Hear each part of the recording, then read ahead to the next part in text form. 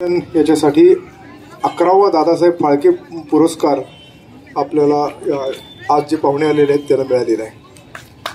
त्यांचा मी आपल्याला थोडक्यात परिचय करून देतो. थोडक्यात म्हणलं तरी त्यांना मिळालेल्या पुरस्कारांची यादी एवढी मोठी आहे की थोडक्यात आपल्याला परिचय करून देणं शक्य नाही.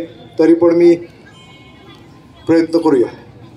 त्यांचं नाव अभिजित अरविंद दळवी असं आहे. त्यांचं शिक्षण अहमदनगरमध्येच झालं. ते LLB झाले आणि त्यानंतर पुण्याच्या सिम्बायोसिस कॉलेजमधून त्यांनी LLM पूर्ण केलेलं आहे. अर्थात हे सगळं लौकिक शिक्षण पूर्ण करत असताना त्यांच्यामधले असलेला नाट्यकलावंत आणि दिग्दर्शक हा काही स्वस्थ बसला नाही आणि अनेक एकांकिका अनेक कॉलेजमधल्या विद्यार्थ्यांना मार्गदर्शन करणं, त्याच्याबरोबर दिग्दर्शन करणं, एकांकिका स्वतः लिहिणं, त्याचबरोबर त्याचं नेपथ्य करणं, त्याविषयी त्याची पटकथा लिहिणं या अशासारख्या अनेक गोष्टी ते बऱ्याच वर्षापासून करत आले आहेत. त्यांना नाट्यक्षेत्रामध्ये 2014 सालचा पुणे मराठी ग्रंथालय पुरस्कार, गिरगाव साहित्य संघाचा 2010चा पुरस्कार, पु ल देशपांडे महाकरंडक 2010, श्रीरंग सन्मान रत्नागिरी 2012 नाट्यलेखनासाठी, महाराष्ट्र राज्य नाट्य स्पर्धेमध्ये सर्वोत्कृष्ट दिग्दर्शक, अंतिम झी नाट्य गौरव 2015 तील असे अनेक पुरस्कार त्यांना आजपर्यंत मिळालेले आहेत. एकांकिका लेखन दिग्दर्शन याच्यामध्ये त्यांनी 13 एकांकिका लिहिल्या आहेत आणि त्यांच्या एका एकांकिकेला 150 ते 200 एवढी पारितोषिकं आत्तापर्यंत प्राप्त झालेली आहेत. 2018 मध्ये महाराष्ट्र राज्यामध्ये ज्या एकांकिका स्पर्धा नाटकांच्या स्पर्धा होतात त्यामध्ये भेटी लागी जीवा या नाटकाला 2018 मध्ये अंतिम फेरीमध्ये ते विजेते ठरलेले आहेत. मोठा सन्मान 2020 मध्ये ट्रिपल सीट या चित्रपटाचा लेखक, पटकथा, संवाद, त्याच्याचबरोबर रेडिओ सिटी अवॉर्ड ट्रिपल सीटसाठी, संस्कृती कलादर्पण अवॉर्ड पटकथेसाठी ट्रिपल सीट या चित्रपटासाठी असे अनेक विविध पुरस्कार त्यांना प्राप्त झालेले आहेत. त्यांना सर्वात महत्त्वाचा जो पुरस्कार मिळाला तो म्हणजे कुंकुमार्चन या लघुपटासाठी लेखक आणि दिग्दर्शन, बेस्ट फिल्म ज्युरी हा अवॉर्ड त्यांना त्यावेळेला मिळालेला आहे. याच्याचबरोबर असंख्य पुरस्कार त्यांना मिळालेले आहेत. मी याची यादी वाचायला लागलो तर आपला बराच वेळ जाईल. बऱ्याच मोठ्या त्यांचा बायोडाटा आहे. लघुपट हा आत्ता कालसर्प हा लघुपट त्यांनी आत्ता लेखन आणि दिग्दर्शन केलेलं आहे आणि या चित्रपटामध्ये विशेष म्हणजे शेवटचं काम आपल्या नाट्यक्षेत्रातील आणि चित्रपट क्षेत्रातील दिग्गज कलावंत विक्रम गोखले यांनी केलेला आहे आणि त्यांना ती शॉर्ट फिल्म कालसर्प ही शॉर्ट फिल्म अतिशय आवडलेली होती. असं अत्यंत उमदं असं व्यक्तिमत्व आज आपल्या पुढे आलेलं आहे आणि त्यांचा विषय आहे की चित्रपटामध्ये समाजाचं प्रतिबिंब कसं पडतं किंवा समाज आणि चित्रपट हे कसे एकमेकांशी जोडले गेलेले आहेत.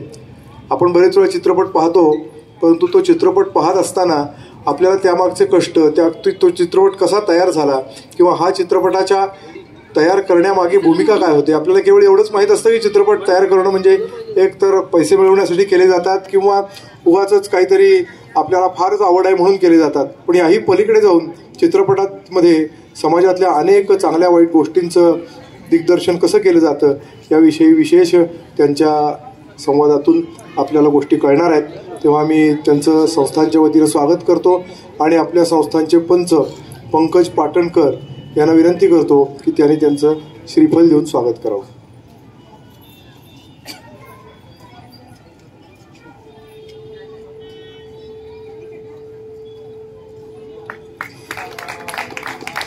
त्याचबरोबर त्यांच्या अर्धांगिनी बिल्वा दळवी यांचंही स्वागत संस्थांच्या वतीनं करावं अशी मी पंकज पाटणकरांना विनंती करतो. एक महत्त्वाची ओळख करून द्यायची राहिली की जी तुम्हाला माहीत आहेच तरी पण मी इथून सांगणं क्रमप्राप्त आहे. ती म्हणजे आपल्या संस्थांचे माजी सरपंच अभ्यंकर सर यांचे ते जावई आहेत. त्यामुळे ही एक विशेष त्यांची ओळख म्हणायला काही हरकत नाही. मी त्यांना विनंती करतो की त्यांनी आपल्या संवादाला सुरुवात करावी.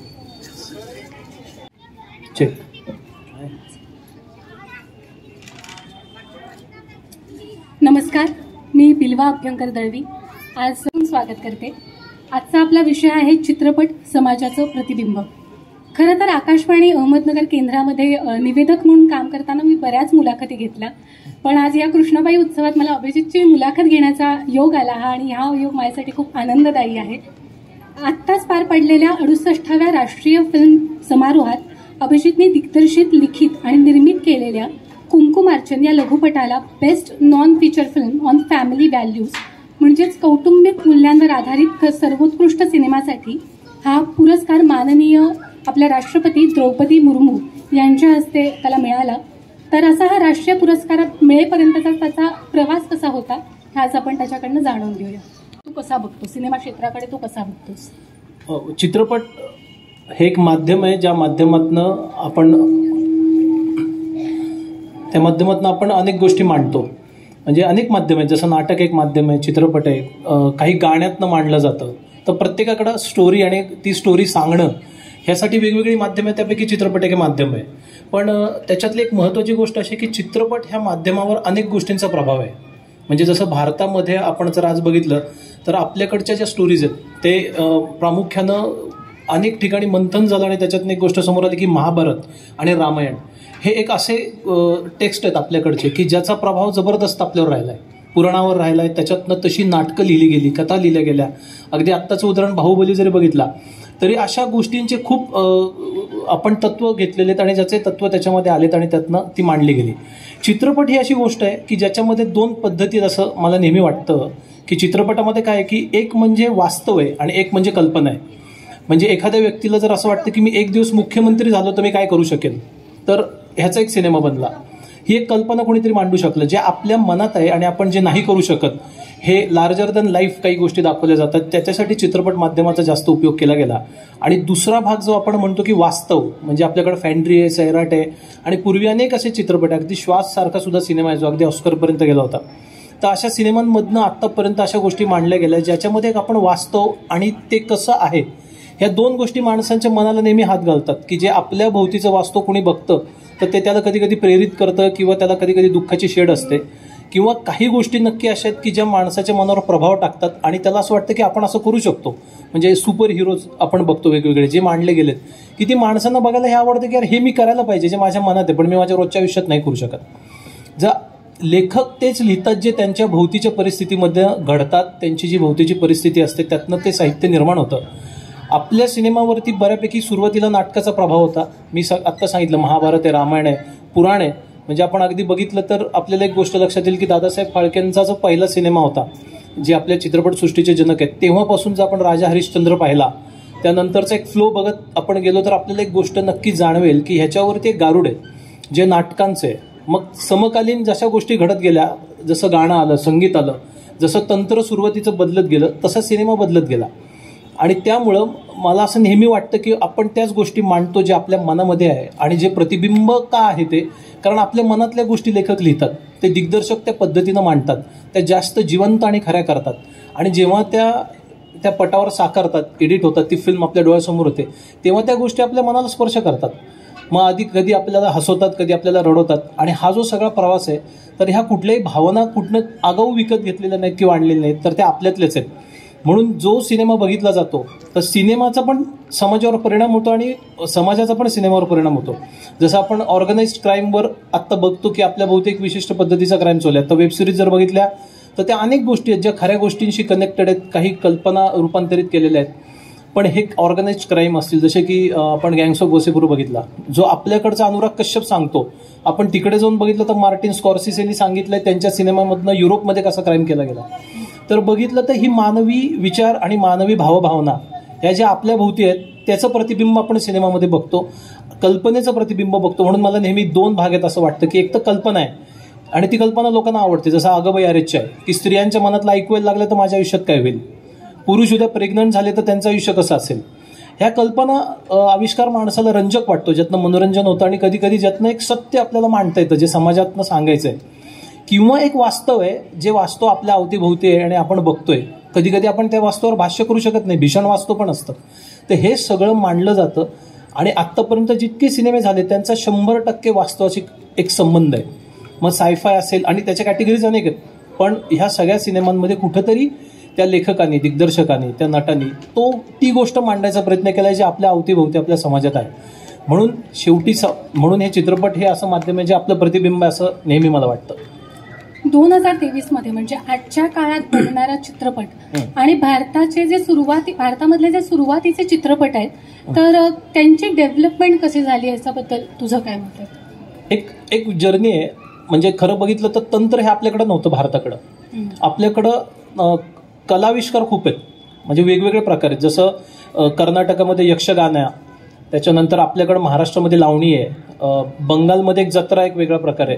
अशा अनेक कलांचा एक मिश्र संगम पूर्ण भारतामध्ये आहे. खूप वेगवेगळे कल्चर्स आहेत आणि फार छान गोष्ट आहे की आपल्या भारतामध्ये एवढे कल्चर आहेत, एवढे सण आहेत, एवढे फेस्टिवल आहेत आणि एवढ्या वेगवेगळ्या गोष्टींच्या परिभाषा आहेत.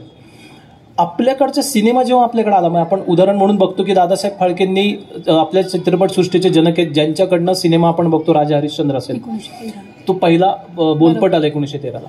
त्याच्यानंतर मग अनेक बोलपट, पहिल्यांदा मुखपट आला, मग बोलपट आला आणि मग त्याची सुरुवात झाली.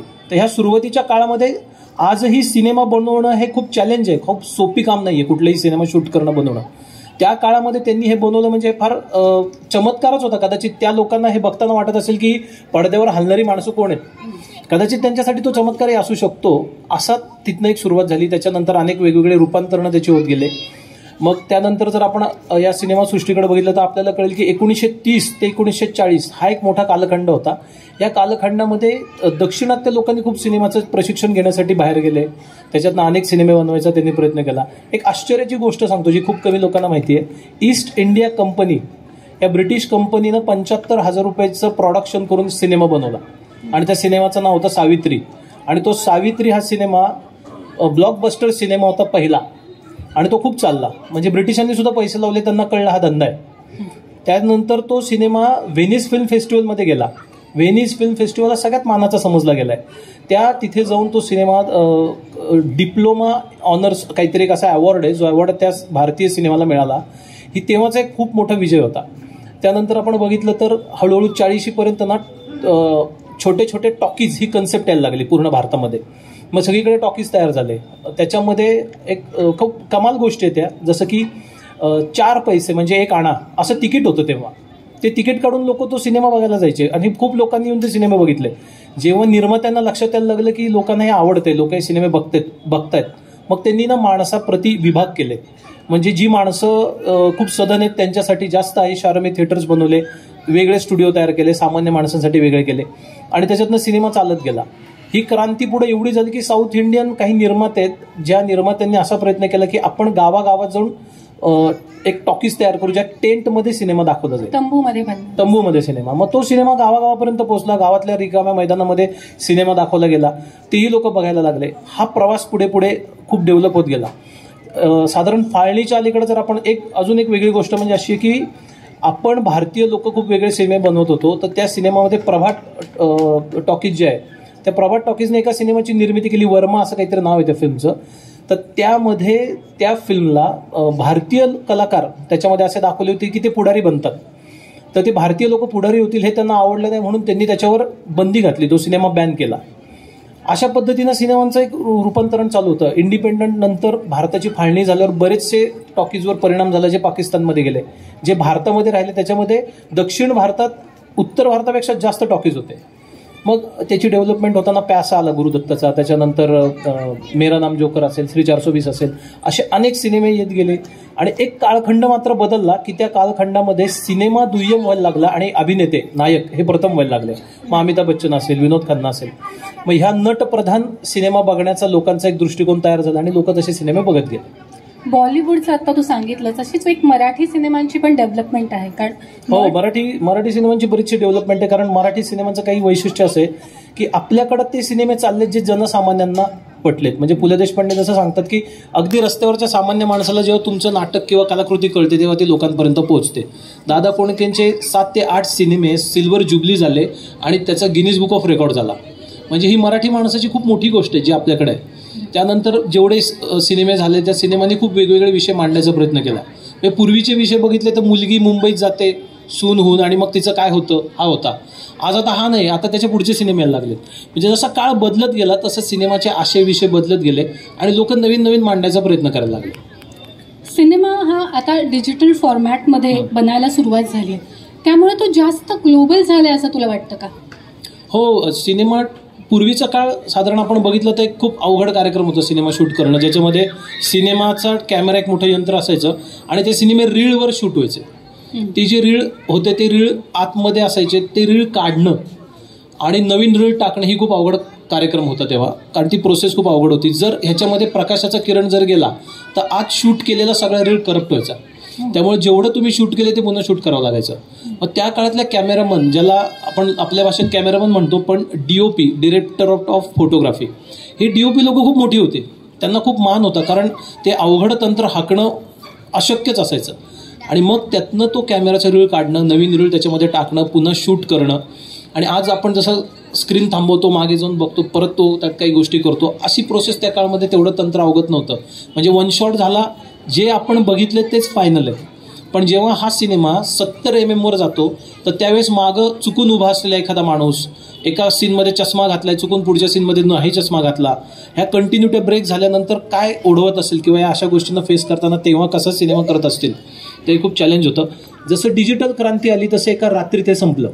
द लास्ट फिल्म शो नावाचा एक सिनेमा आहे, जर नक्की कोणाला बघता आला तर तुम्ही नक्की बघा, चेल्लो शो. तर त्याच्यावर आलं डिजिटल, म्हणजे कॅमेरा हाता एवढे झाले, पटापट शूट करायला लागली माणसं. आज नेटफ्लिक्स, अमेझॉन या ठिकाणी त्यांचे पुढे शो व्हायला लागले आणि ते खूप सोपे झाले. शूटिंग करणं सोपं झालं, कॅमेरा ठेवायचा, ट्रायपॉड ठेवायचा, गिम्बल आले ज्याच्यावरती पटापट हवे तसे शॉट घेता यायला लागले. आता वरचे जे टॉप शॉट आहेत किंवा मुव्हिंग शॉट आहेत हे घेण्यासाठी आपल्याकडं आज ड्रोन कॅमेरे आहेत. ड्रोन कॅमेऱ्यातले पण बऱ्याच टेक्निक आहेत. तर या सगळ्यामुळं आज शूटिंग करणं खूप इझी झालं आहे. आज मोबाईलवर पण 4K शूट करू शकतो माणूस, आयफोनवरती आज शूटिंग करता येतं. त्यामुळे डिजिटल क्रांती आली, हे जुनं तंत्र संपलं आणि त्या काळातले जे जुने काम करणारे लोक होते, जे अपडेट झाली नाही त्यांना थांबावं लागलं. आणि जे नवीन लोक आहेत, मी रमेश देशमाने, सुरेश देशमाने ह्या कॅमेरा किंवा DOPचं नाव घेईन, ज्यांनी महेश कोठारेंबरोबर अनेक सिनेमे केले आणि त्यांनी हे नवीन तंत्र अडॉप्ट केलं. आज ते चित्रपट महामंडळाच्या अनुदान समितीवर पण आहेत. पण ह्या लोकांनी जेव्हा नवीन तंत्र अडॉप्ट केलं आणि हे जेव्हा आलं, आज Arri Alexa ST, मिनी असे वेगवेगळे कॅमेरे आहेत जे खूप युजर फ्रेंडली आहेत आणि ज्यात छान शूट करता येतं आणि सिनेमा पटकन बनतो. तो कॉपी होतो, एडिटला जातो. आज मेल केले जातात फाईल्स एडिटच्या, साऊंड त्याच्यात अरेंज केला जातो. तो प्रोसेस ऑफ फिल्म मेकिंग ही सोपी झाली. बरोबर आहे. तू मगाशी म्हणालास की नाटकांचा सिनेमांवर खूप प्रभाव आहे, म्हणजे नाटक हा सिनेमाचा पाया आहे असं तुझं म्हणणं होतं. तर आजचे अनेक लेखक, दिग्दर्शक हे खरं तर नाटकातनं आलेत, नाटकातनं घडलेत. तर तुझा एकांकिका, नाटक आणि मग सिनेमा हा प्रवास कसा होता? आपल्याकडे जेव्हा बघतो आपण तेव्हा मॅक्सिमम आपल्याकडचे जेवढे अभिनेते आहेत ते सगळे रंगभूमीवरून आलेले आहेत. एक रंगभूमीची खूप मोठी परंपरा आपल्याकडे राहिली आहे, ज्याच्यामधले लेखक असतील. म्हणजे आता आपण किती दिग्दर्शकांची नावं घेतली, 10 दिग्दर्शक कोणालाही मोजा म्हणून सांगितलं तर बहुतांशी त्यातले 70% 80% हे रंगभूमीवर व्यावसायिक नट म्हणून, दिग्दर्शक म्हणून, लेखक म्हणून भूमिका करतात. तो करता करता जसं माझाही प्रवास असाच होत गेला की एक पात्रीपासून मी काम करत गेलो. नंतर 2 कलाकार आहेत आणि ते दोन्ही कलाकार आंधळे असतात आणि त्या 2 आंधळ्यांना ते सगळं करायचं असतं जे डोळे असलेला माणूस करतो. म्हणजे रंगपंचमी खेळतील, ते गाडी चालवतील, ते कॅरम खेळतील, ते बुद्धिबळ खेळतील. जे खेळ आणि ज्या गोष्टी डोळे असल्याशिवाय नाही करता येणार तर ती 2 पात्र करतात, अशी आमची गोष्ट होती. तर त्यात लिबर्टी घेणं खूप मजेदार होतं आणि इम्प्रोव्हाइज करणं फार छान होतं. तर ते विनोदी नाटक बसवत आम्ही त्याचे इतके प्रयोग केले की एक दिवशी त्याचा एंडच बदलून टाकला. आणि नेमका त्या स्पर्धेला परीक्षक स्वतः हेमंत येदलाबादकर आले आमच्यासमोर आणि एकांकिका संपल्यानंतर त्यांनी बोलून घेतलं मागं. म्हणाले की हे फार छान केलं सादर तुम्ही, तर ह्याच्या लेखकाची परवानगी आहे का? तर आम्ही त्यांची एक परवानगी दाखवली त्यांना. ती परवानगी बघितली, म्हणे अरे वा, त्यांना माहिती आहे का तुम्ही हे असं सादर केलं? म्हटलं हो. ते नाटकात असंच लिहिलं का त्या स्क्रिप्टवर? म्हटलं हो असंच लिहिलं. तर ते म्हणले मी स्वतः येदलाबादकर आहे, मी हे लिहिलेलं नाही जे तुम्ही सादर केलंय. तुम्ही हळूहळू त्याचे बदल करत इतके बदल केले की तुम्ही त्याचा आत्माच बदलून टाकला. अरे ही आंधळी माणसं आहेत 2, तुम्ही इतके भीषण बदल करू नका त्याच्यामध्ये. मग आम्हाला बक्षीस मिळायचं, आम्ही करत जायचो. तेव्हा ना ते मनाला खूप लागलं आणि ते म्हणाले एक काम कर, आता अशी वेळ आली की तू ना तुझं नाटक लिही, तुझी एकांकिका लिही. मग हे ते म्हणाल्यानंतर मग आम्ही लिहायला सुरुवात केली. त्यावेळेस मी कॉलेजला लास्ट इयरला होतो, तर इंटरव्ह्यू घेतले जायचे आणि आता कॅम्पस इंटरव्ह्यूमध्ये भयंकर छळ केला जातो. एक लोभ असतो मनामध्ये की आपल्याला मोठं पॅकेज मिळेल, मग आपण छान नोकरी करू, मग आपल्याला गाडी असेल, कॅबिन असेल. अशी सगळी मुलं इंजिनिअरिंगपासून MBA पासून कुठल्याही क्षेत्रात जाणाऱ्या मुलांना हे स्वप्न दाखवलं जातं आणि ते एका अशा प्रोसेसमधनं जातात की पुढे त्यांच्या आयुष्याचे हाल होतात. तर ह्याच्यावर एक स्लॅपस्टिक कॉमेडी, म्हणजे रबर ओढून सोडावं तर माणसं हल्ली पाहिजेत तशी, अशी एक स्लॅपस्टिक कॉमेडीचं एकांकिका मी बसवली आणि त्याचं नाव होतं ॲन इंटरव्ह्यू, जी मी पहिल्यांदा लिहिली आणि तिचे प्रयोग झाले आणि तिला बक्षिसं मिळत गेली, कारण तेव्हा तो फार करंट विषय होता. त्यानंतर मी लेखक झालो. मग मी झाला 16 नावाची एक एकांकिका लिहिली. पण मला नेहमी असं वाटतं की आपल्या आयुष्यामध्ये जी चांगली माणसं येतात आणि ते जे योगदान आपल्या आयुष्यात देतात तर आपलं आयुष्य समृद्ध होतं. म्हणजे मला स्मिता तळवळकर ज्या आहेत त्या जज होत्या एका एकांकिका स्पर्धेला आणि ती एकांकिका मृत्यूवर बोलणारी होती, इमोशनल होती. तर रडल्या खूप आणि त्यांनी फोन करून सांगितलं की तुम्ही एवढी लहान मुले ह्या गोष्टीवर बोलतात कसे आणि बोलतात तर एवढं छान आमच्यापर्यंत पोहोचवतात. हरीश दुधाडे तुम्हाला पण बऱ्यापैकी लोकांना माहीत असेल, हा हरीश दुधाडे माझ्या झाला 16 एकांकिकेतनं काम करत. तुमची मुलगी काय करते? तुमची मुलगी काय करते मध्ये इन्स्पेक्टर आहे. अजून एक त्याचं आत्ता येत आहे काळी राणी नावाचं त्याचं आत्ता नाटक पण सुरू आहे. तर ही सगळी माझी मित्रमंडळी आम्ही एकांकिकेत काम करता करता पुढे गेलो. ह्या झाला 16 मध्ये महाराष्ट्रात अनेक बक्षिसं मिळाली एकांकिकेला. मला दिलीप प्रवाळकर करंडकला स्वतः दिलीप प्रवाळकर, केदार शिंदे यांची भेट झाली. केदार शिंदेचं ह्या गावाशी पसरणीशी फार जवळचं नातं आहे. तर त्यांच्यावर मग मी पुढे काम करत गेलो. ह्या एकांकिका स्पर्धेचे अनेक बक्षिसं मिळाले. मग एकांकिका चालू होते. महाराष्ट्रभर आम्ही सगळे संघ फिरायचे. बरेचसे आज आमचे मित्र आहेत, योगेश शिरसाटे वगैरे, हे सगळेच एकांकिकेतनं आलेली लोक आहेत. पण ह्याच्यामधलं एक वैशिष्ट्य असं की ह्यात काम करताना ना आपण शिकत जातो. पण एक होतं की नंतर आपण स्पर्धेचा विचार करून एकांकिका बसवतो की चला ही स्पर्धा जिंकायची तर लाईटचं बक्षीस मिळालं पाहिजे, म्युझिकचं मिळालं पाहिजे, ऍक्टिंग, स्त्री पुरुष अभिनय मिळाले पाहिजे. हे सगळं मिळालं तर आपण जिंकू. तर मग आता तशा एकांकिका नंतर लिहायला लागलो आणि मग त्याच्यामध्ये यश मिळत गेलं. पण एक झालं की त्यातनं आम्हाला चांगली लोकं मिळाली ज्यांनी आम्हाला अनेक गोष्टी शिकवल्या. एक राम जन्मभूमी बाबरी मशीदचा निकाल होता आणि फायनल राऊंड होता, त्यामुळे काही संघ आलेच नाहीत. 6-7 संघ त्या थिएटरला पोहोचले. सावित्रीबाई फुले डोंबिवलीचं थिएटर होतं आणि आम्हाला परीक्षक होते विनय आपटे. विनय आपटे म्हणजे एकदम कडक व्यक्तिमत्व. आणि आमचा मोठा प्रॉब्लेम असा झाला की मेकअप मनच आला नाही, कारण सगळ्यांना भीती आता काय होणार. तर मेकअप मधनं आल्यामुळे मग माझ्याकडचं जे पात्र होतं जे हरीश दुधाडे साकारत होता तर त्याला अशी कफनी होती, रोमन देवतांसारखं पात्र होतं, दाढी आणि असं ते सगळं त्याचा एक अवतार होता. आणि मग ते नाही मिळालं म्हणून आम्ही भेटायला गेलो विनय आपटेंना. त्यांना सांगितलं की सर असं आहे की हे नाही होऊ शकत, हा आमचं पात्र कसं करणार आम्ही. ते उठले आणि उठल्यावर म्हणाले बसा माझ्यासमोर. त्यांच्या आवाजात त्यांनी सांगितलं, म्हणाले माझी एसटी जाळली एकदा, माझा प्रयोग होता आणि एसटी जाळल्यानंतर मी प्रयोग केला नथुरामचा. त्यात माझा गांधी आणि नथुराम दोघं जीन्स आणि टी शर्टवर आले आणि तो प्रयोग सगळ्यात जास्त रंगला. तर तुम्हाला काय प्रॉब्लेम आहे, तुमची तर गाडी बिडी जाळली नाही ना कोणी अजून. तर म्हटलं नाही अजून नाही जाळली. नाही म्हणे करा प्रयोग यांना घेऊन. तर आम्ही तसा प्रयोग पुढे सादर केला. ही लोक अनेक गोष्टी अशा सांगत गेले, शिकवत गेले. केदार सरांची माझी भेट झाली. त्याच्यानंतर मग पुढं सिरियल करता आली. मधु इथे चंद्रतिथीमध्ये बऱ्याच कलाकारांबरोबर काम करता आलं.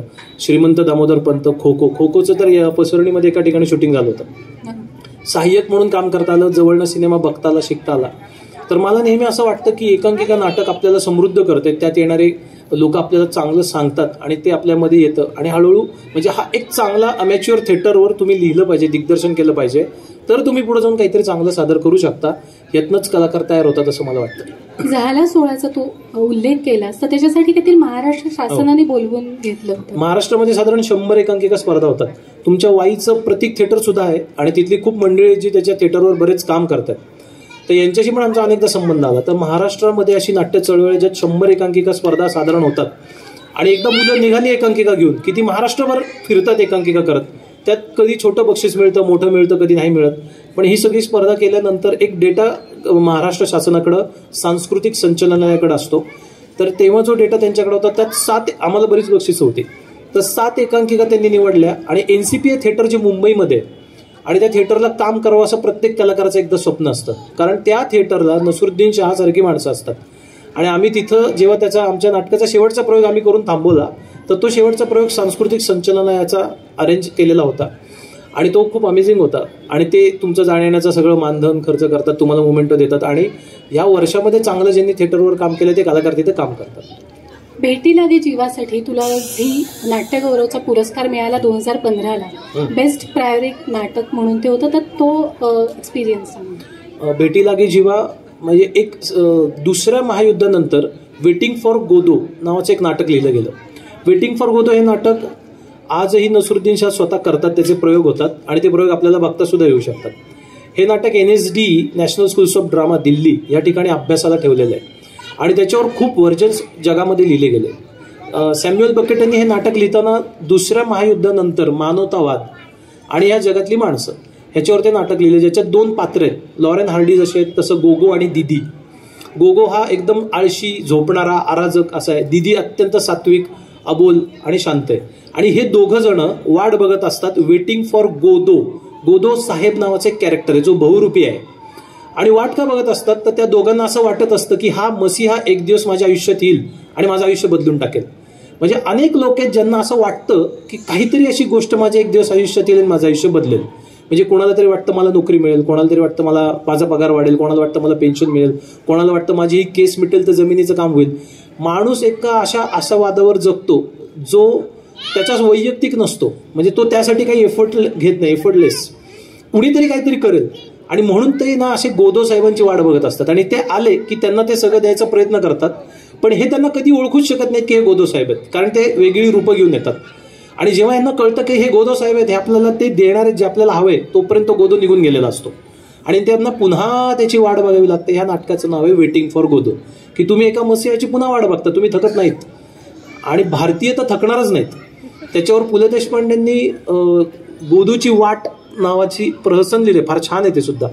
तर आम्ही एक विचार केला की आपण काय करू शकतो. तर आपल्याकडं ना वारकरी आहेत जे विठ्ठलाला नेहमी दर्शनासाठी जातात, संतांची इतकी मोठी परंपरा आहे. तर हे गोगो आणि दिदी जर इथं आले आणि गोदो साहेब जर पांडुरंग असतील तर त्यांची भेट होईल का, आणि त्यांच्या भेटीमध्ये त्यांना विठ्ठल दिसेल पण ते ओळखतील का माणसातलं विठ्ठल. तर ह्या गोष्टींवर मी ते नाटक लिहायचा प्रयत्न केला, ज्याच्यामध्ये एकनाथांचं जसं भारूड आहे तसं भारूड होतं, लोककलेचे वेगवेगळे प्रकार होते आणि ह्याच्यातनं फिरता रंगमंच होता, लाईव्ह गाणं होतं आणि 101 कलाकार घेऊन ते नाटक सादर झालं. आणि ते नाटक खूप लोकांना आवडलं. त्याच्यामध्ये चोखामेळा आणि विठ्ठल यांचा एक संवाद आहे. संत चोखामेळा ओळखतच नाही विठ्ठलाला, कारण त्याची एवढी भक्ती की त्यांनी कधी देव बघितला नाहीये, पण जेव्हा त्याच्यासमोर येतो विठ्ठल तेव्हा तो म्हणतो तू कोण आहेस. तर त्यांच्या दोघांचं ते भाष्य, अशा बऱ्याचशा गोष्टी त्या नाटकातनं आपल्या कल्चरच्या मांडता आल्या आणि ते खूप आवडलं लोकांना. त्याला राज्यनाट्याचं फायनलचं बक्षीस मिळालं. त्याच्यानंतर त्याला रिलायन्स स्पर्धेमध्ये अवॉर्ड मिळाला. बाबा वर्दम नावाची एकांकिका स्पर्धा असते तिथं नाट्य स्पर्धेमध्ये तिला अवॉर्ड मिळाला. परत रत्नागिरीला श्रीरंग सन्मान मिळाला. आणि चांगली शेवटची गोष्ट म्हणजे तिला झी नाट्य गौरव 2015चा सर्वोत्कृष्ट लेखनाचा अवॉर्ड मिळाला. तो एक्सपिरियन्स, तो स्टेजवरचा केदार. आता माझा संबंध केदार सरांशी अनेकदा आला. खो खो वगैरे या सिनेमातनं एकांकिकेतनं ते मला जज म्हणून आले होते, तर त्यांच्यावर काम करत गेलो. बरंचसं शिकता आलं त्यांच्याकडनं. पण एक गोष्ट अशी होती की मला जेव्हा नॉमिनेशन मिळालं ना, तर झीची नॉमिनेशनची ट्रॉफी आपल्या घरात येते आणि झीच्या खाली ना अशी एक पट्टी सुरू होते खाली, एंड स्क्रोल, की ज्याच्यावर दिसतं की तुमचं नाव आणि तुम्हाला कशासाठी नॉमिनेशन आहे. तो अनुभव भयंकर असतो. मग सगळे मित्र फोन करायला लागतात, अरे तुझं नाव आलं त्याच्यामध्ये हे झालं. पण ना ती जी ट्रॉफी फार सुंदर आहे. म्हणजे मूळ मोठा जो अवॉर्ड आहे ना त्यापेक्षा झीचं नॉमिनेशनची ट्रॉफी अतिशय देखणी आणि छान आहे. ती प्रत्येकाला ह्या क्षेत्रातल्या माणसाला नक्कीच वाटेल आपल्या घरात असली पाहिजे.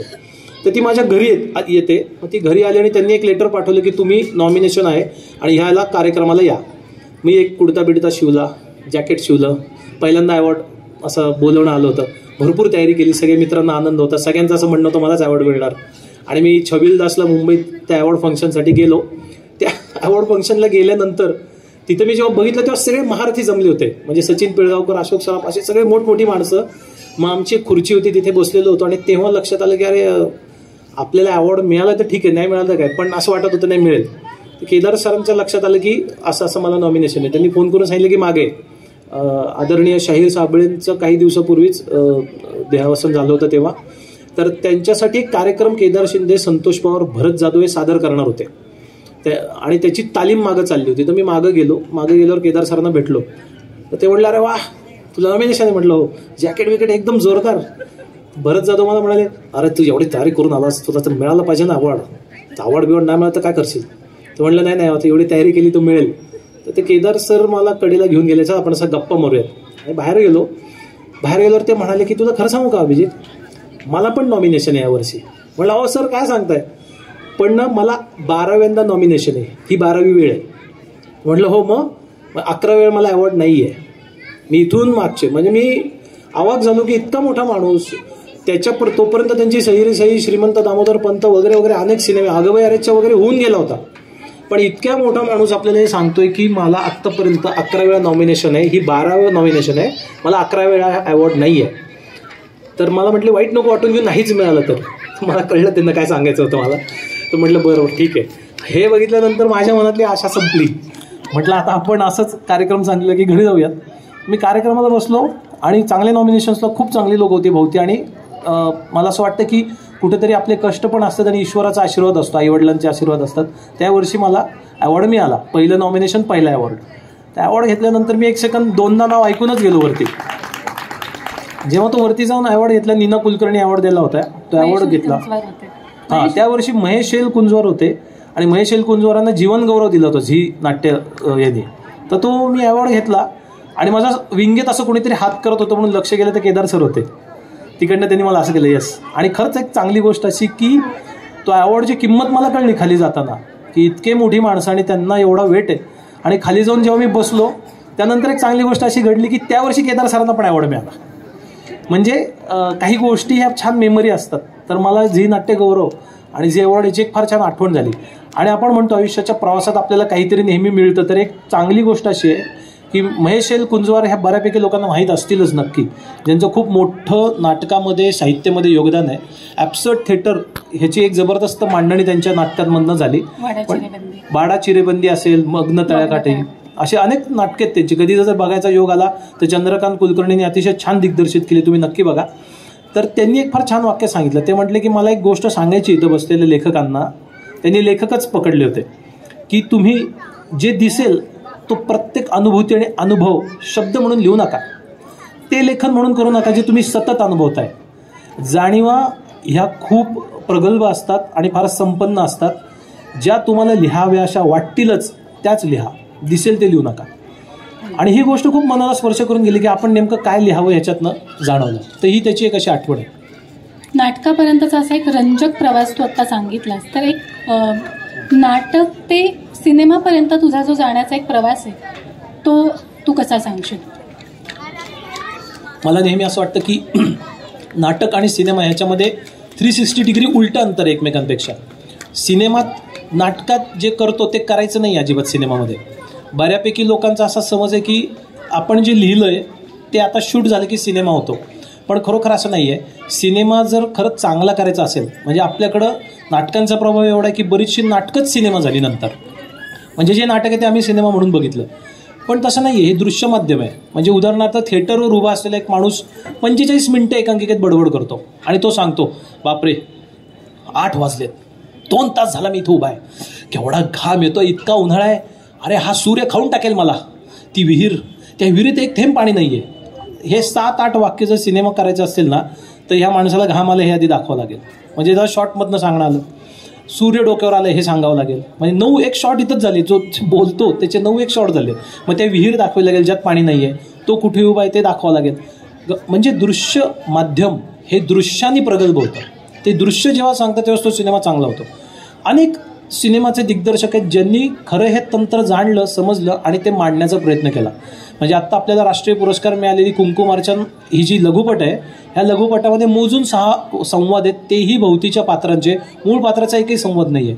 कारण तुम्हाला स्टोरी टेलिंग दृश्यातनं ज्यावेळेस होते आणि मिनिमिझम म्हणजे कमीत कमी शब्दांमध्ये एखादी गोष्ट मांडली जाते, तेव्हा ते फार चांगला सिनेमा किंवा तो सिनेमा. म्हणजे तेच सीन आहेत, त्यांची अरेंजमेंट चेंज केलं की अर्थ बदलतो.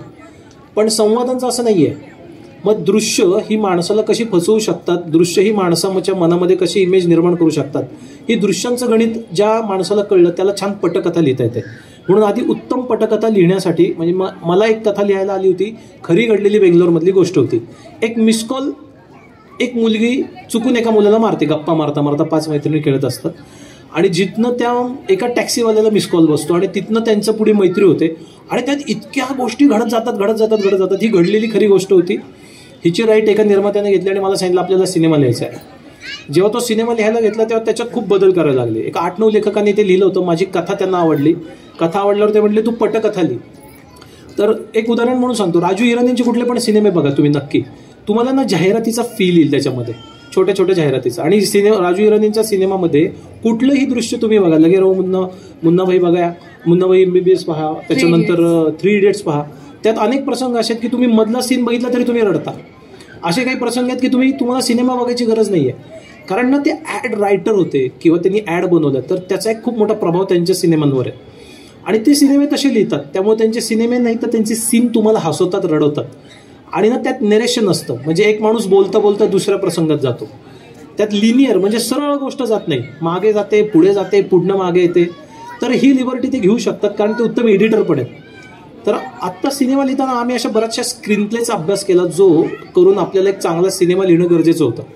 मग त्या स्क्रीन प्लेचा अभ्यास करून त्या पद्धतीनं गोष्ट कशी आहे, मग त्याचा पटकथा कशी होईल. एक सरकारचा स्क्रीन प्ले, सरकार सिनेमाचा एक आदर्श स्क्रीन प्ले मानला जातो, ज्याच्यामध्ये उत्तम भोवतीच्या घटना लिहिल्यात. म्हणजे जर एखाद्याने स्क्रीन प्ले समजा असं लिहिलं की त्याची तळ पायाच्या मस्तकाला गेली आणि तो जोर जोरात ओरडू लागला, तर हे कुठलाच दिग्दर्शक दाखवू शकत नाही की तळ पायाची आग त्याच्या मस्तकात गेली आणि तो ओरडू लागला. म्हणजे काय ॲनिमेटेड आग करणार, त्याच्या तळ पायातनं डोक्यात गेली, ती भावना आहे. पण स्क्रीन प्लेमध्ये ते लिहिताना आपल्याला त्या पद्धतीनं बदल करावे लागतात. तर मग आम्ही त्याच्या पद्धतीने मला ते शिकायला वेळ गेला. 17-18 ड्राफ्ट जेव्हा झाले तेव्हा स्क्रीन प्ले मला चांगला जमला. त्यानंतर त्याच्यामध्ये मला खूप लोकांची मदत झाली. अंकुश चौधरी, मी अंकुश दादाचे नेहमी आभार मानतो, ट्रिपल सीटचा, की अंकुश दादांनी त्याच्यामध्ये खूप मोठं योगदान दिलं. आणि अंकुश चौधरी एक स्वतः फार चांगला दिग्दर्शक आहे, ज्यांनी 3.5 हा सिनेमा स्वतः दिग्दर्शित केला. तर त्याची त्या डिरेक्शनवर कमांड आहे. इंटरव्हल पॉईंट असेल, सीनचे सुरू होणं संपणं असेल, ह्याच्यात त्याचं खूप योगदान होतं, जे मला फार मार्गदर्शक असं होतं. आणि मग तो सिनेमा लिहिला गेला आणि मग पुढे तो सिनेमा झाला. सिनेमा कसा घडतो याच्याबद्दल तू त्यावेळेस सांगत होतास की पहिल्यांदा कथा पटकथा, मग बरोबर, मग त्याची पटकथा झाल्यानंतर जेव्हा आपण ती सगळ्यांना ऐकवतो त्यावेळेस कलाकार त्याच्यातनं निवडले जातात. त्या तारखा असतात, त्या तारखांचे ते कलाकार निवडले जातात. मग आपण लोकेशन शोधायला सुरुवात करतो. पहिल्यांदा लोकेशन स्काउटिंग होतं, की फक्त लोकेशन पाहिलं जातं. मग त्यातलं आवडलेलं लोकेशन जे असतं तर त्याला लोकेशन हंटिंग म्हणतो. मग ते लोकेशन फायनल झालं की दिग्दर्शक आणि कॅमेरामन, ज्याला आपण डीओपी म्हणतो, ही लोक शॉटचे डिव्हिजन्स करतात. म्हणजे तुकडे विभाग करतात की एका घरामध्ये ही माणसं कुठं असतील. त्याचं एक स्टोरी बोर्डिंग नावाचा एक प्रकार जो आता खूप म्हणजे नवीन, जर कोणाला त्यात काम करायचं असेल तर फार मोठी संधी आहे की अख्खी फिल्म एका विशिष्ट पद्धतीने एका चौकोनी बॉक्समध्ये स्केच केली जाते. आणि त्या स्केचमध्ये अरेंजमेंट ऑफ शॉट असतात, लेन्सेस, म्हणजे जवळचं असेल दृश्य, लांबचं असेल, टॉपचं असेल, हे वेगवेगळ्या दृश्यातनं ते कसं आपल्याला सिनेमा बनवायचा आहे याचा एक अल्बम तयार होतो. खूप पैसे खर्च केले जातात त्याला, कारण ते पैसे खर्च करणं परवडतं शूटिंगवर खर्च तेवढा करण्याच्या आधी. उदाहरण म्हणजे आपण चंपक किंवा हे वाचायचो तेव्हा त्या कॉमिक्स आपण वाचायचो तसे ते ऍक्च्युअली स्केच केले जातात. करेक्ट. मग याच्यानंतर लोकेशन फायनल होतं. मग आपला आर्ट डिरेक्टर तसं काम करतो, ज्याला रंगसंगती आपण म्हणतो, की फिल्मचा कलर पॅलेट ठरतो. मग तुम्ही अनेक सिनेमे, ग्लॅडिएटर सिनेमा बऱ्याच लोकांनी बघितला असेल किंवा शोले बघितला असेल, तर त्याला एक कलर आहे फिल्मला. फिल्मचा एक टोन असतो, कलर टोन. तुम्ही तुंबाड सिनेमा बघितला असेल तर तुंबाड ही एक गूढ कथा आहे, भयकथा आहे. तर त्या गोष्टीमधला सस्पेन्स आहे, थ्रिलर, तर त्याचा एक रंग काळसर शेडकडे जाणार आहे. म्हणजे रंग माणसांना कशा पद्धतीनं सांगतात, मांडले जातात, हे त्या सिनेमाचा कलर पॅलेट आपल्याला ठरवला जातो. तसे कलाकारांचे कपडे निवडले जातात. कलाकारांचा एक वर्कशॉप होतो, त्याच्यामध्ये सगळे कलाकार काम करतात. म्हणजे तू शिवानीला चांगली ओळखतेस, शिवानी सुर्वे, जिने आता वाळवी सिनेमा केला, फार छान सिनेमा आहे, नक्की बघा. शिवानीचा एक स्वभाव आहे वेगळा. अशी वेगळ्या स्वभावाची माणसं एकत्र येऊन काम करणं म्हणजे भयंकर असतं. मग तिला तिच्या पद्धतीनं समजून घेऊन तिला तो सीन आम्ही करून घ्यायचो तिच्याकडनं, आणि नंतर ती फार छान करायची. पण ती तेवढी ॲग्रेसिव्ह आहे. आता त्याच सिनेमासाठी, ट्रिपल सीटसाठी आमच्या तिला फिल्मफेअर मिळाला बेस्ट ॲक्ट्रेस. अंकुश चौधरींना झीचा आयकॉन अवॉर्ड मिळाला. मग ह्या सगळ्यांना एक पुरस्कार मिळाल्यावर जे कष्ट केले होते, वर्कशॉप केला आम्ही, त्याच्यानंतर त्या पद्धतीनं शूट केलं. एक 30 दिवसाचा बाउंड कार्यक्रम होता ज्याच्यामध्ये शूट करणं होतं. तर ते सगळं फळलं असं वाटतं. त्यानंतर एक खरी जर सांगायचं झालं तर फिल्म बनते एडिट टेबलवर. म्हणजे तुम्ही कुठेही काहीही शूट करा, जेव्हा कात्री घेऊन एडिटर बसलेला असतो. पूर्वीच्या काळामध्ये रीळ घ्यायचे लोक आणि ते रीळ कापायचे. तो रीळ धुतल्यावर कळायचं की नेमकं काय काम केलंय कोणी आणि कोण कुठे, त्यात कोण काय चुकलंय. आत्ताच्या काळामध्ये डिजिटल फॉर्मेशन जेव्हा झालं तेव्हा ही फिल्म एडिट टेबलवर दिसते की काय शूट झालंय. तर आपल्याला पहिला एक रफ कट एडिटर लावून देतो की हा तुझा सिनेमा असा दिसतोय, जो पूर्ण मोकळा असतो, ज्यात कुठलाही साऊंड नसतो. आपल्याला फक्त दिसतं ही पात्र आली, बोलली, अशी बोलली. एक पायलट साऊंड म्हणतात, जसे मी तुमच्याशी आत्ता बोलतोय, तुम्ही बोलताय, आपल्याला एक भोवतीचा आवाज ऐकू येतो. ह्यात 2-3 प्रकार आहेत आणि फार समजून घेण्यासारखे आणि इंटरेस्टिंग आहेत. जर तुम्ही सिनेमा बघायला तर तुम्हाला ते आवडतील. म्हणजे आता इथे घंटा वाजते बघा, इकडे काही माणसं वाजवत आहेत, ह्या ऑब्जेक्ट आहेत ना, तर ह्याच्यामध्ये ना फॉली म्हणतात त्याला. हे असे आवाज येणं. माणसांचं एक वातावरण आहे मंदिराचं, तिकडे कोणतरी पूजेचं आवाज येतोय, कोणी काही बोलतोय, इकडे एक माणूस बोलतोय माईकवर, हा एक ॲम्बियन्स आहे, कुठं चाललंय. एखादी जागा रेल्वे स्टेशनची असेल त्याचा ॲम्बियन्स वेगळा, एस टी स्टँडचा ॲम्बियन्स वेगळा, समुद्रातला ॲम्बियन्स वेगळा. छोटे छोटे जे आवाज असतात, दरवाजे, खिडकी, कडी, शर्ट, चेन लावणं, गुंड्या करणं, घड्याळाचा आवाज येणं, हे फॉली, ॲम्बियन्स, हे सगळे साऊंड एकत्र करून त्याचं एक वेगळं लेअरिंग होतं. मग तुमची फाईल फायनल झाल्यानंतर आता एडिटर आपल्याला दाखवतो, बरेचसे सीन बदलले जातात, अरेंज केले जातात. फायनल एडिट झाल्यावर ती फिल्म दिसते. आणि अनेकदा असं होतं की आपण ठरवलेलं वेगळं असतं, शूट वेगळं झालेलं असतं आणि एडिटवर तिसराच होतो सिनेमा. अनेक सिनेमे हे एडिटवर तयार झालेत. खरं तर तिथं ठरलंय आपण मधनं सुरू करू, थांब आपण स्टार्टपासून सुरू करू, आणि नंतर त्या सिनेमाचा एक वेगळा आविष्कार आपल्याला बघायला मिळतो. म्हणून एडिटर नेहमी हुशार लागतो कॅमेरामनपेक्षा, कारण तो चुकला कुठं तर ते सांभाळण्याची शक्ती त्या एडिटरमध्ये असते. तर ते एडिटला आमचा सिनेमा फायनल झालेला, त्याच्यातनं आम्हाला बऱ्याचशा गोष्टी शिकायला मिळाल्या. आणि त्यानंतर पूर्ण सिनेमाचं जसं घर रंगवावं तसं एक रंगकाम केलं जातं, ज्याला DI म्हणतात. DI लॅबमध्ये जाऊन तो पुढे सिनेमा रंगवला जातो आणि मग तो सिनेमा एका विशिष्ट पद्धतीनं फायनल, जसा DCP म्हणतात तसा आउट होतो आणि मग तो आपल्याला म्युझिक बघायला जातो. BGM असतो त्याच्यामध्ये, गाणे असतात, बॅकग्राऊंड स्कोर एका पद्धतीने केला जातो. अशी सगळी प्रक्रिया तो सिनेमा फायनल तयार होतो. मला वाटतं सिनेमा बनवण्याची प्रोसिजर खरंच अवघड आहे, मेहनत याच्यात खूप. प्रेक्षक म्हणून बघताना आपण पटकन क्षणात ठरवतो की हा सिनेमा वाईट आहे किंवा चांगला आहे, पण आज तू त्याची एक मेहनत सांगितलीस. मला वाटतं सगळ्याच प्रेक्षकांसाठी हे महत्त्वाचं आहे. आपण कुमकुमार्चनकडे बघूया की कोविडमुळे खरं तर सगळंच ठप्प झालं होतं. 2019 ट्रिपल सीट आला, तू वकिलीची तुझी प्रॅक्टिस चांगल्या प्रकारे आपली सुरू होती. कोविडमुळे सगळं शांत झालं, पण तुझ्यातला एक जो लेखक दिग्दर्शक आहे तो शांत बसत नव्हता आणि त्याला काहीतरी करायचं होतं. तर आणि मग कुमकुमार्चनची निर्मिती झाली. तो एक सांगू. आत्ता एक राष्ट्रीय पुरस्कार जो आपल्या सिनेमाला मिळाला, लघुपटाला, नॉन फीचर फिल्मला, त्याची गोष्ट फार वेगळी आहे. ज्यात तिने आम्ही एक लॉकडाऊनचा काळ होता आणि तेव्हा काय करायचं सगळ्यांना प्रश्न होता. सगळे घरात होते, बाहेर पडणं शक्य नव्हतं, बरंचसं काम ऑनलाईन चालू होतं. तर त्या काळात आम्ही खूप सिनेमे बघितले, बरेचसे सिनेमे बघता आले. एक चांगली गोष्ट अशी की बिल्वा सुद्धा सिनेमाची फार चांगली अभ्यासक आहे. तिने मला सुमित्रा भावेंचे अनेक सिनेमे सजेस्ट केले आणि दाखवले. तर आम्ही असे बरेचसे सिनेमे बघितले. एक लायब्ररी केली, ऑस्करला नॉमिनेशन्स असलेले 10 वर्षातले सिनेमे, नंतर नॅशनल अवॉर्ड जिंकलेले सिनेमे, असे सिनेमे बघून बघून एक लायब्ररी तयार केली. आणि त्यातनं ना थोडं समजून घेतलं की ही दृश्य भाषा कशी आहे. आपण जे बघतो ते एंटरटेनमेंटचे सिनेमे वेगळे आहेत आणि सिनेमे म्हणून एक अनुभूती देणारा जो सिनेमा असतो, कदाचित गोष्ट नाही सांगता येत, पण तो दिठी नावाचा एक फार सुंदर सिनेमा आहे. जर बघता आला किंवा तुमच्यातलं कोणी बघितलं असेल तर नक्की बघा. तो तुमच्या मनाला एक वेगळं समाधान आणि एक वेगळा आनंद देतो. तर असे बरेचसे सिनेमे बघितले आणि मग ठरवलं की जसं लॉकडाऊन पहिला उघडला तेव्हा ठरवलं की आपण काहीतरी करूयात. तेव्हा एक खरी घडलेली गोष्ट जी माझ्या वाचण्यात आली आणि त्याच्यानंतर ती गोष्ट खूप वेगळ्या पद्धतीनं सिनेमा म्हणून डेव्हलप करणं गरजेचं होतं, तर ती करता आली. म्हणजे गोष्ट साधारण अशी आहे की एक मूकबधीर मुलगा आहे, ज्याला ऐकू येत नाही, बोलता येत नाही, आणि त्याची आई आहे जी एक, तो आणि त्याच्या एका झोपडीत राहतात. त्याची आई भयंकर कष्ट करते आणि ही खरी गोष्ट आहे. तर त्याच्या आईचे कष्ट एवढे आहेत की ती दिवसभर लाकूड फाटा वगैरे तोडते आणि ते सगळं लाकूड घेऊन सॉ मिलमध्ये जाते आणि तिथं काम केल्यावर तिला पैसे मिळतात, ती घर चालवते. अशी आई आणि एक मुलगा. ही गोष्ट मला आवडली यासाठी की मी जेवढ्या फिल्म्स बघितल्या त्यात एक वेगळी गोष्ट मला ऑब्झर्व केली की जर बंगालमधनं सिनेमा आला तर ते टागोरांवर बोलतातच, खालनं आला, दक्षिणेतनं आला तर बसवेश्वरांबद्दल बोललं गेलं आहे, वेगवेगळ्या तिथल्या महान पुरुषांबद्दल बोललं गेलं. मग आपण आपला कुठला आदर्श नाही मांडू शकत का सिनेमातनं? तर मनामध्ये असा विचार होता की आपण राजमाता जिजाऊ आणि छत्रपती शिवाजी महाराजांबद्दल बोललंच पाहिजे. इतका मोठा राजा, त्याचं इतकं मोठं महान कार्य आहे, तर आपण जर काही मांडण्याचा प्रयत्न केला तर ते फार चांगलं असेल. म्हणून मांडण्यासाठी ती गोष्ट फार आवडली, कारण एका आईची आणि मुलाच्या नात्याची होती. तर त्या मुलगा सुट्टी लागते मुलाला शाळेला, तो मूकबधीर मुलांच्या शाळेत असतो. त्यासाठी आम्ही मूकबधीर मुलांची भाषा शिकली सगळी, की एकमेकांशी कसं बोलतात. एक स्टँडर्ड लँग्वेज आहे जी शिकवली जाते मुलांना, आणि ती नॅशनल लेवलची वेगळी आणि इंटरनॅशनल लेवलची वेगळी. जी भारतातली अप्रूव्ड लँग्वेज आहे ती आम्ही शिकून घेतली.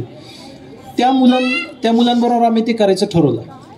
तर ही गोष्ट एका आईची आणि मुलाची अशी होती की त्याला सुट्टी लागते आणि सुट्टी लागल्यानंतर तो ठरवतो की आपण काम करायचं आणि पैसे मिळवायचे. तर एक ऊसाचा गाडा चालवणारा एक माणूस आहे. म्हणजे आज आता तसे गाडे नाही राहिले, पण एक दांडकं असं ते फिरवतात ज्याच्यामध्ये ऊस घातला जातो आणि मग रस निघतो बाहेर. तर ते दांडकं फिरवणारा तो मुलगा आहे आणि ज्याला ऐकू येत नाही, बोलता येत नाही. आणि हा मुलगा रोज त्या ऊसाच्या गाड्यावरनं जात असतो. ते एक चपलेचं गाव आहे, म्हणजे खरोखर एक गाव मिळालं आम्ही शोधलं, बाईजाबाईचं जेऊर नावाचं, जिथं आजही नवीन दुकानं नाहीत, जुनी दुकानं आहेत आणि सगळी चप्पलांची दुकानं आहेत. तिथनं तो जात असतो आणि ना त्याच्या पायात जुन्या वाहनं आहेत आणि त्याला नवीन चप्पल आवडते. तो प्रेमात पडतोय का नवीन चप्पलीच्या, आणि तो ठरवतो की ही चप्पल मी घेणार, 8 दिवस खूप काम करेन. आणि ही सगळी त्याच्या मनातली गोष्ट आहे. हे जग वेगळं चाललेलं आहे आणि त्याच्या मनात काय चाललं हा दाखवायचा प्रयत्न आम्ही केला. की ज्याच्यातनं तो पैसे गोळा करतोय, रोज घरी जाऊन रात्री लिहितो, पैसे गोळा करतो आणि एका डब्यात बंद करतो. 1 डे 8 ते 10 दिवसानंतर तेवढे पैसे गोळा होणार आहेत आणि मी ती चप्पल घेणार आहे. अनेक प्रसंग असे येतात की तो त्या दुकानासमोर आलाय, उसाचा रस फिरवतोय, ते दांडकं फिरवतोय आणि त्या चप्पलेला गिऱ्हाईक येतं.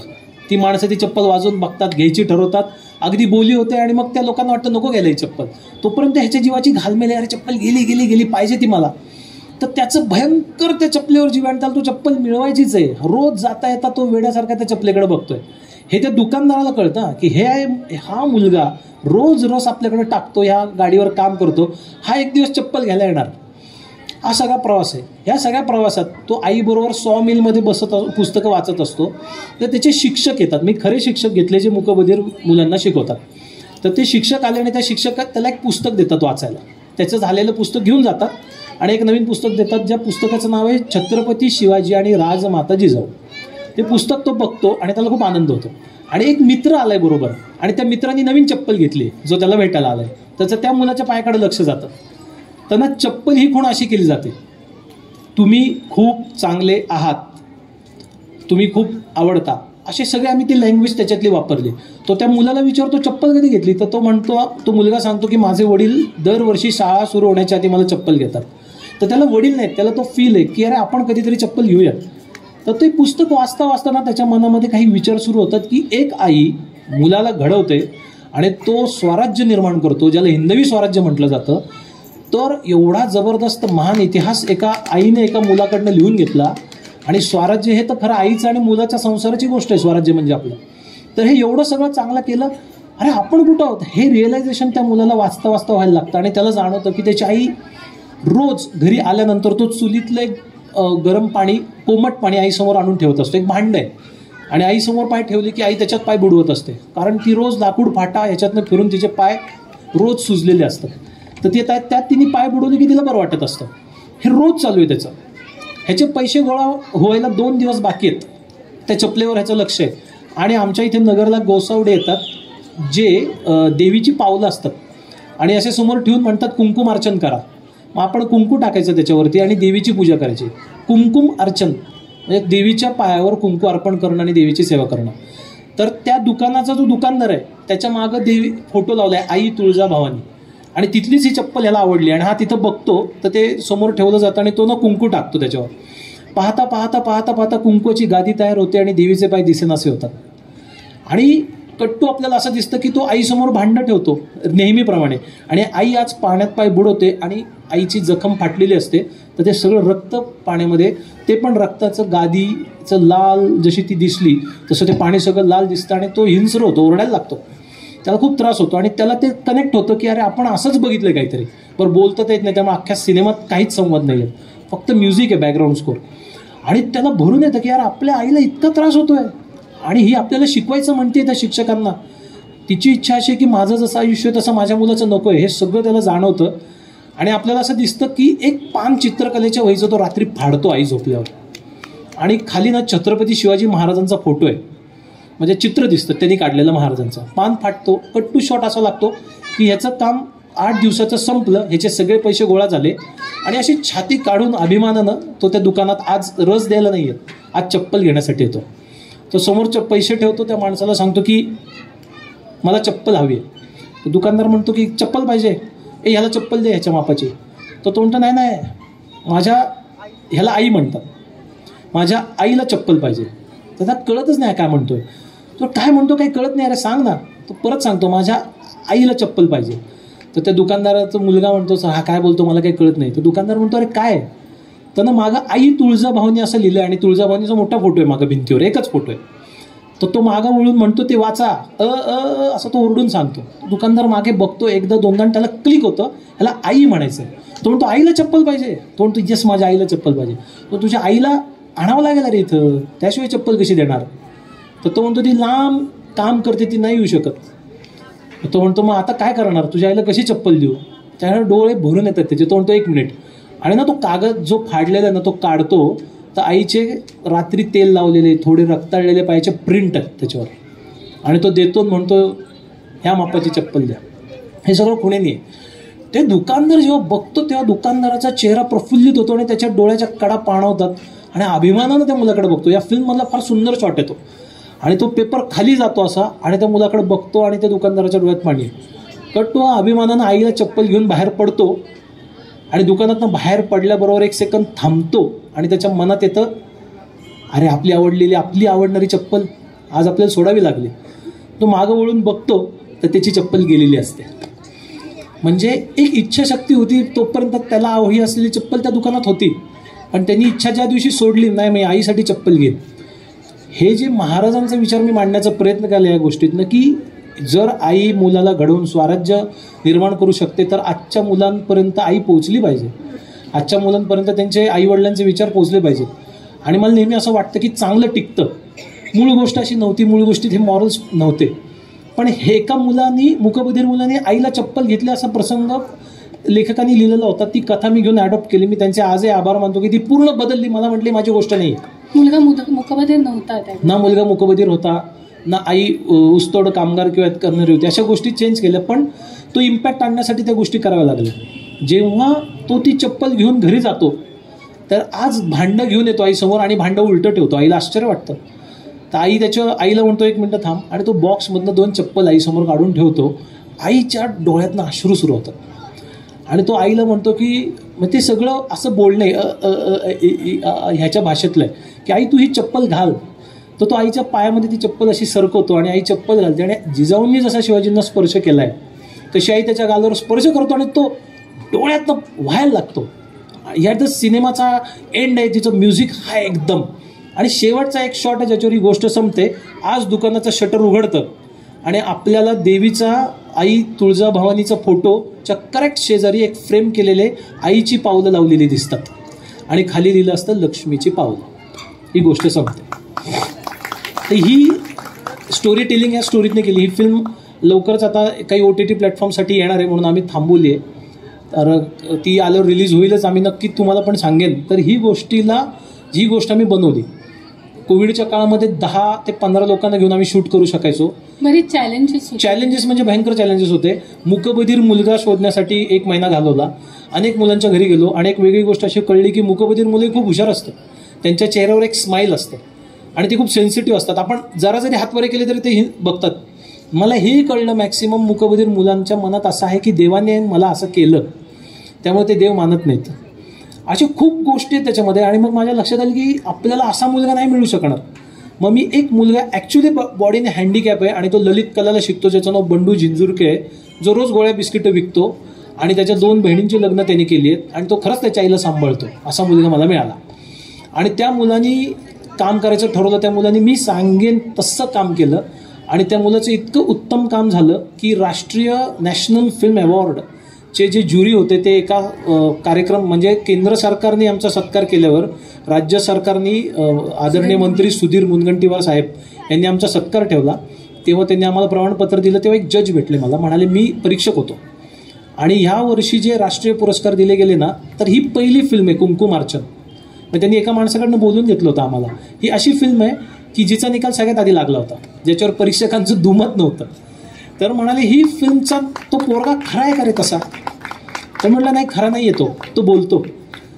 ते म्हणले अरे त्या मुलाला भेटायचं आहे मला. काय काम केलं रे म्हणे, तो मुलगा माझ्या डोळ्यासमोरूनच चालत नाही. मी खरंच तुम्हाला सांगतो, जेव्हा सिनेमा येईल ना तुम्हालाही वाटेल त्या बंडूला भेटावं. त्या बंडूची पूर्ण हाफ बॉडी हँडिकॅप आहे आणि तो खरंच त्याच्या आईसाठीच कष्ट करतो आजही. त्याच्या 2 बहिणीची त्यांनी लग्न केली आहेत, गोळ्या बिस्किटं विकतो. तो बीडमध्ये आष्टी नावाच्या एका गावात राहतो आणि त्याला थिएटरवर खूप प्रेम आहे. तो अनेक वर्ष नाटक करतोय. मला जेव्हा त्यांनी नॅशनल अवॉर्ड मिळाला तेव्हा एक वेगळी गोष्ट सांगितली, मी कधीही विसरणार नाही. तो मला म्हटला दादा तुम्ही मला ओळखलं का? म्हणजे आम्ही फिल्म केली, फिल्म संपली, त्याला अवॉर्ड मिळाले, नॅशनल अवॉर्ड मिळाला आणि तो म्हटला दादा तुम्ही मला ओळखलं का? म्हटलं हो, आता पण काम केलं आहे. तो म्हटला नाही, तुम्ही 666 सीट सिनेमा जो केला ना त्याचा गेटकीपर होतो मी. आयुष्य कसं आहे बघा. ज्या सिनेमामध्ये अंकुश चौधरी लीडला होते, शिवानी सुर्वे होती, पल्लवी पाटील होती, ज्याच्यामध्ये वैभव मांगले, हे खूप माझे जवळचे मित्र प्रवीण तरडे, हे एवढी सगळी मंडळीने आम्ही काम केलं. आम्हाला कोणाला माहीत नव्हते की काही दिवसांनी आम्हाला राष्ट्रीय पुरस्कार मिळेल, ज्याचा नायक त्या गेटवर गेटकीपर म्हणून काम करतोय. तो म्हटलं मी तिथं काम केलं दादा, कारण मला पैशाची गरज होती. आणि आज त्या मुलाने एवढं तुफान काम केलं आहे. आज त्याला खूप कामं मिळतात. त्यानंतर अजून बरेच फिल्म्स आता त्याला मिळायला लागल्या. अजून ती रिलीज व्हायची. ती रिलीज झाल्यावर त्याचं भविष्य अजून चांगलं असू दे अशी मी कृष्णाबाईंना मनापासून प्रार्थना करेन. पण हा एक कमाल प्रवास आहे. ह्या प्रवासामध्ये खूप चॅलेंजेस होते. आम्ही शूटिंग करत होतो त्या गावामध्ये गुंड लोकांची संगत किंवा एक गँग होती. एक कट्टा घेऊन बंदूक घेऊन फिरणारी टोळी होती आणि शूट सुरू झालं की रस्ता बंद करायचा होता, कारण ते उसाची गाडी ढकलत ते येतात असा शॉट होता. तर नेमका माझ्या असिस्टंट डिरेक्टरनी प्रमुख गुंड त्या गावातला जो होता त्यालाच अडवला. तर त्या अडवल्यावर तो म्हटलं तुला माहिती आहे की मी कोण आहे. तो म्हटलं तू कोणी असशील, 3 मिनटं मी सांगतो तेवढं ऐकायचं.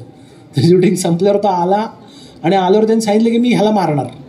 तर आम्ही त्याच्या हातापाय पडलो, अरे नाही रे त्याला नाही माहिती, हे नाही. मग तिथले सगळे दुकानदार आले म्हटलं याच्यानं आधी लागू नका. अण्णा नव्हतं त्याचं, अण्णा खूप डेंजर आहे. अण्णाने कट्ट्याची बंदूक घेऊन त्याच्यावर गुन्हे दाखल केले, तो बेलवर सुटलाय, असं तसं एवढं आम्ही ऐकलं. आणि तो म्हटलं शूटिंग कसं होतं मी बघतो, मी पहिल्या कॅमेरा फोडून टाकणार. सरपंचाकडे चला, कशी परवानगी घेतली.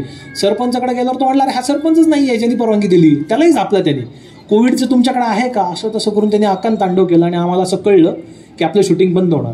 पण एक खरी सांगतो की ना मला प्रवीण तरडेने एक वाक्य चांगलं सांगितलं प्रवीण दादानी त्याच्या स्टाईलमध्ये, की रोज एक असा दिवस येईल की तुला वाटेल तुझं शूटिंग बंद, पण घाबरायचं नाही, 2-3 दिवसांनी होतं सुरू. पण ना हे खरं घडलं.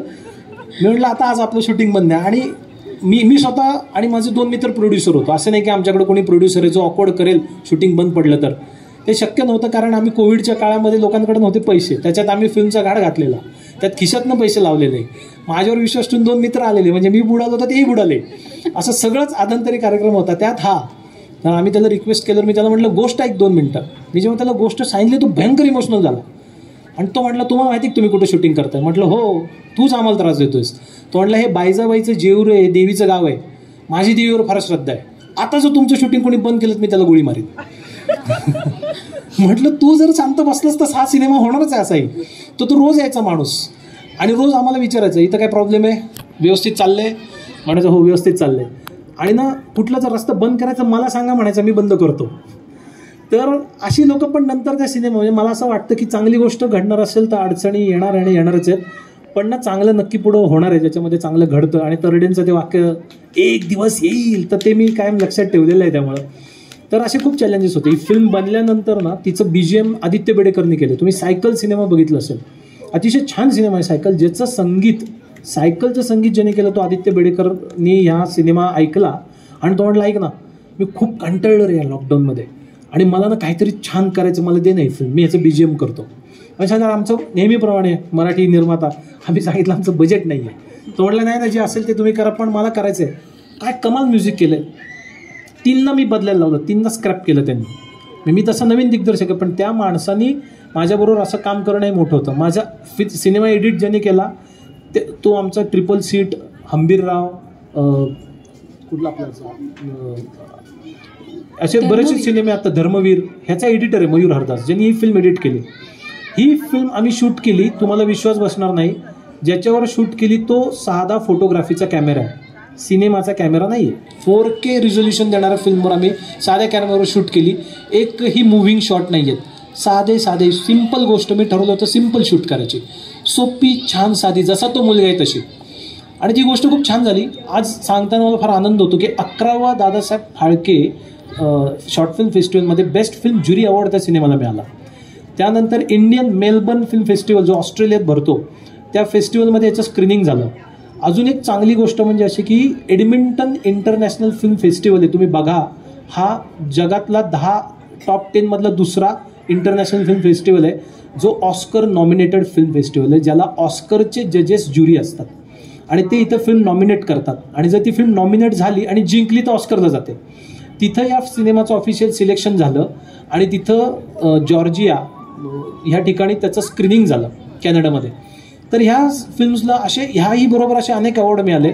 आणि त्याच्यात एंड म्हणजे मला कधी एक गोष्ट मनामध्ये विश्वास होता की कदाचित त्याला नॅशनल मिळेल, कारण जे बेस्ट ज्युरी अवॉर्ड जिंकलेत दादासाहेब फाळके त्यांनी नॅशनल घेतलंच आहे. आणि या फिल्मला बेस्ट फिल्म ऑन फॅमिली व्हॅल्यूजचा 68वा राष्ट्रीय पुरस्कार मिळाला आणि तो खूप खास आहे. आणि एक चांगली गोष्ट सांगायची वाटते की ह्याचं जे कॉस्ट्युम डिपार्टमेंट होतं ते बिलवानी केलं, त्या कलाकारांचं सगळ्यांचं, ते कॉस्ट्युम, ते कपडे, ते कलर टोन, आणि तिने सहाय्यक दिग्दर्शन पण केलं, कारण लिमिट होतं 10 ते 12 लोकांच्यावर आम्ही कोणाला घेऊ शकत नव्हतो. आणि परत आम्हाला त्या सगळ्या रोज टेस्ट कराव्या लागायच्या आणि त्यात ही फिल्म शूट झाली आणि आज तिचं एक चांगलं यश तिला मिळतंय, तर त्याचं एक समाधान आहे. 68वा राष्ट्रीय पुरस्कार मिळण्याच्या आधी 2022मध्ये आपल्याला पुरस्कार मिळाला. 2021मध्ये आपण विक्रम गोखलेंची जी शेवटच्या फिल्मचा सरांनी आता उल्लेख केला ती म्हणजे कालसर्प, ज्याच्यात नंदू माधव, अंशुमन जोशी ज्यांनी शाळामध्ये पण काम केलं, अशा कलाकारांबरोबर आपण ती फिल्म केली. त्या कालसर्पचा एक छोटा अनुभव तू सांग. एक खूप चांगली गोष्ट आयुष्यात अजून एक चांगली गोष्ट आहे ती म्हणजे विक्रम गोखले एक महान नायक ज्यांच्याबरोबर काम करायला मिळालं आणि ज्यांचा शेवटची शॉर्ट फिल्म ही आमची शॉर्ट फिल्म आहे आणि त्यांचा सहवास मिळाला आणि आम्ही ती फिल्म केली. मला असं नेहमी वाटतं की प्रत्येक कलाकृती स्वतःचं नशीब घेऊन येते. पहिली कालसर्प करणार होतो आम्ही, की कुंकुमार्चन नंतर करायचा विचार होता, पण कालसर्प करण्या इतके अभिनेते जे होते ते 70-80 वयोगटातले अभिनेते आहेत आणि तेव्हा 70 वयातल्या माणसाला काम करणं बॅन होतं महाराष्ट्र सरकारकडनं.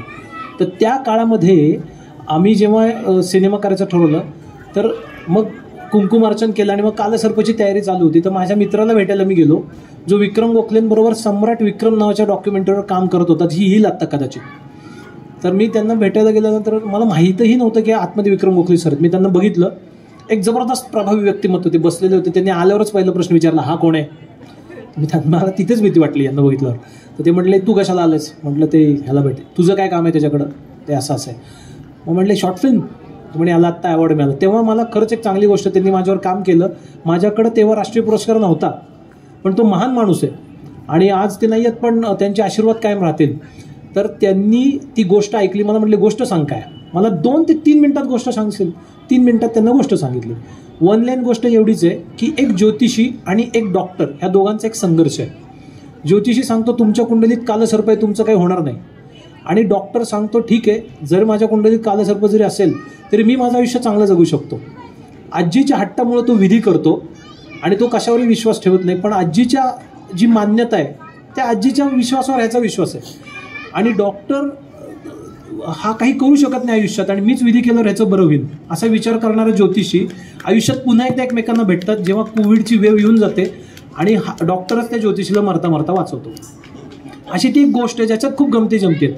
आणि ही गोष्ट ऐकल्यावर विक्रम गोखले म्हणाले, नाही तो भूमिका मी करणार म्हणाले. नाही म्हणले हे मला देऊन टाक गोष्ट. म्हटलं हो नाही सर आम्ही करतोय. मग मला म्हणाले मी प्रोड्यूस करतो. ते आमचं प्रोड्युसर ठरलं आहे. म्हणजे रागावून त्या मयूरकडे बघून म्हणाले, अरे हा काय कशालाच ऐकत नाही आहे. म्हटलं अहो सर सगळं असं आहे. तर तो म्हणाला मी काम करतो. म्हटलं तुमचं बजेट जेवढं असेल त्याच्या निम्म बजेट असेल म्हटलं या शॉर्ट फिल्मचं, आम्ही तुम्हाला कसं देऊ शकणार आहे? तुम्ही निर्मात्याला फोन लावू म्हणाले, ही फिल्म शूट कर, माझ्याकडे उरलेलं राईट दे, मी बघतो. पण ते या गोष्टीत त्यांनी म्हणजे कलाकृतीचं नशीब आहे. ध्यानीमनीसुद्धा नव्हतं की विक्रम गोखले काम करतील. आत्ता राष्ट्रीय पुरस्कारानंतर माझ्याबरोबर खूप लोक काम करायला तयार आहेत, चांगली कामं आत्ता मिळत आहेत, सुरू आहेत. पण तो काळ तेव्हा असा नव्हता की विक्रम गोखलेंसारख्या माणसाने काम करावं. पण त्यांना गोष्ट आवडली आणि त्यांनी ठरवलं. आणि खूप काही माणसं आयुष्यात काही मेमरी देऊन जातात, तसं आहे. दोन्हीही पायामध्ये रॉड पूर्ण गुडघ्याच्या वाट्या बदललेल्या, इथं त्यांच्या साधारण काहीतरी 75 टाके, इकडं काहीतरी 34 टाके, असं पूर्ण ग्रासलेलं शरीर आणि चेहऱ्यावर एक वेगळंच तेज, एक हॅपीनेस, एक कॉन्फिडन्स आणि ती त्यांची एक स्टाईल. तर ते म्हणले मी येणार आणि मी करणार. म्हणाले मला फक्त नदी घाटात खाली उतरवू नकोस, कारण माझे पाय फोल्ड होत नाहीत, मी मांडी घालून नाही बसू शकत. आणि एक माणूस खरोखर त्यांची काळजी घेण्यासाठी होता. दुसरा रोल नंदू माधव यांनी केला, त्याच्यातला प्रोफेसर एक कॅरेक्टर होतं. आणि गोष्टीचा डॉक्टर नायक हा अंशुमन जोशी, तुम्ही शाळेतला नट बघितला असेल हिरो, आता तो मोठा झाला आहे, तो दक्षिणात्य सिनेमात हिरो म्हणून काम करतो आणि त्याने फार चांगलं काम केलं माझ्याकडं. तर तो नायक झाला आणि आम्ही ही फिल्मचं वर्कशॉप सुरू केला. मी कधीही विसरणार नाही, विक्रम गोखले रात्री 1:30 वाजता सुद्धा फोन करायचे. त्यांनी माझी अख्खी स्क्रिप्ट घेतली आणि चिरफाड केली त्याची, त्यांचे भरपूर पॉईंट्स लिहून काढले. हे असं कसं, हा पहाटे का उठतो, लाईट असा का असतो, त्यांनी एवढे प्रश्न लिहिलेत. ती स्क्रिप्ट माझ्याकडे आज पण आहे, आठवण म्हणून मी ठेवली. आणि हिला चांगलं आठवत असेल की रात्री त्या माणसाचा सामाजिक विषमतेवर एवढा अभ्यास होता की त्यांनी मला त्याच्यावर इतकं सांगितलं जगात कुठं काय घडलं ते, एवढं त्यांचं वाचन होतं. तर माझ्या फिल्ममध्ये सगळं पटलं त्यांना. मी कन्व्हिन्स केलं त्यांना हळूहळू की हे असं आहे, हे असं आहे. ते म्हणले मला सगळं मान्य, आता मला एकच गोष्ट आहे, जी तू बदललीस तरच मी काम करेन.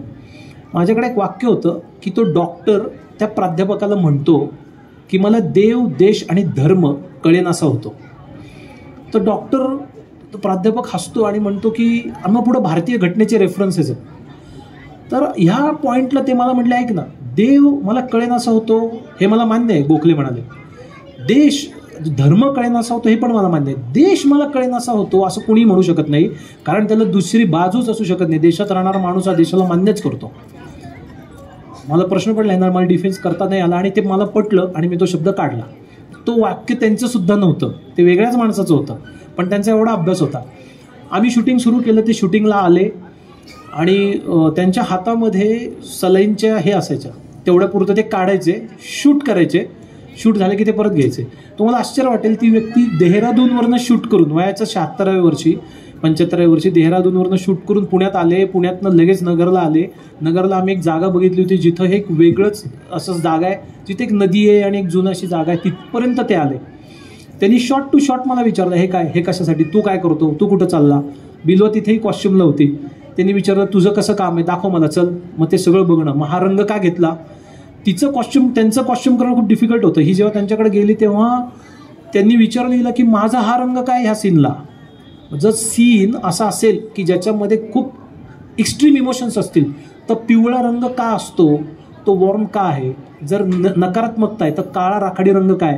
ह्याचे जेव्हा तिने एक्सप्रेशन्स त्यांना दिले तेव्हा ते पटले, म्हटले ठीक आहे, आता मला कपडे शिवू नका, माझ्या घरात ते सगळे कपडे घेऊन जा, मी तेच घालणार.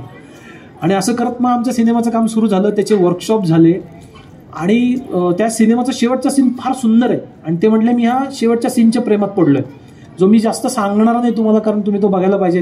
कारण आत्ता आजच तिला दादासाहेब फाळकेचा सिलेक्शन झालेला आहे, आजच त्या सिनेमात. आणि तिला आत्तापर्यंत इंडो फ्रेंच फिल्म फेस्टिवलमध्ये best Indian film best director award आहे. टागोर इंटरनॅशनल फिल्म फेस्टिवलमध्ये आउटस्टँडिंग परफॉर्मन्सचा अवॉर्ड विक्रम गोखलेंना त्या सिनेमासाठी आहे. ते हयात असतानाच हा अवॉर्ड डिक्लेअर झाला होता. त्याच्यानंतर दिग्दर्शनाचा अवॉर्ड आहे. गिफ इंटरनॅशनल फिल्म फेस्टिवलमध्ये तिने अवॉर्ड घेतला आहे.